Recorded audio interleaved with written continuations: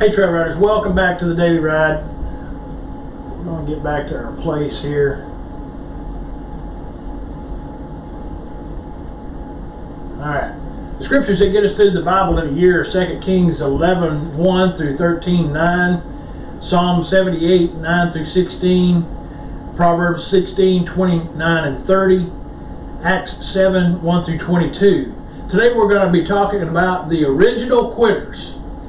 And our focal passage will come from Psalm 78 verse 11. It says, they forgot what he had done, the wonderful works that he had shown them. The psalm before us today begins by commanding us to listen. My people, hear my instruction. Listen to what I say, Psalm 78 verse 1. You have only to read a few verses into this psalm to see that the psalmist, Asaph, is recalling the disobedience that characterized the Jews during their 40 years wandering in the wilderness. Then the strange verse appears that the Ephraimite archers turned back on the day of the battle, and as we see this in verse 9. These Ephraimites were equipped with all they needed for warfare, but on the day of battle, that is, the first day of the fray, they turned back. Although well armed in the moment of testing, they were overcome by fear.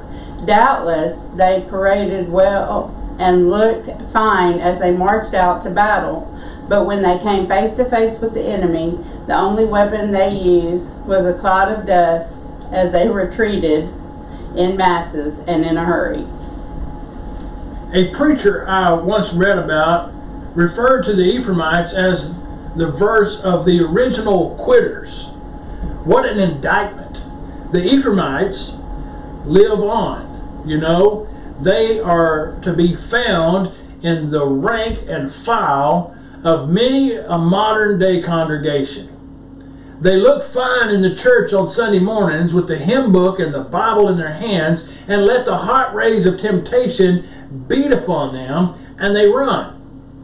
They surrender to temptation because they have never learned how to surrender to God.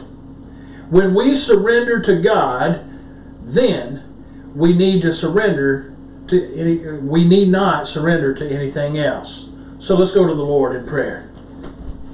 Father, help us clarify to ourselves whether we are surrendered or not.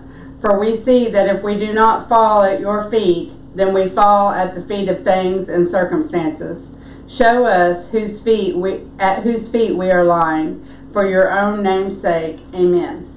For further study, guys, on this, look at Daniel chapter 1, verse 1 through 21, Romans 6:13, and Ephesians 6:13. And ask yourself these two questions. How did Daniel resist the temptation to compromise?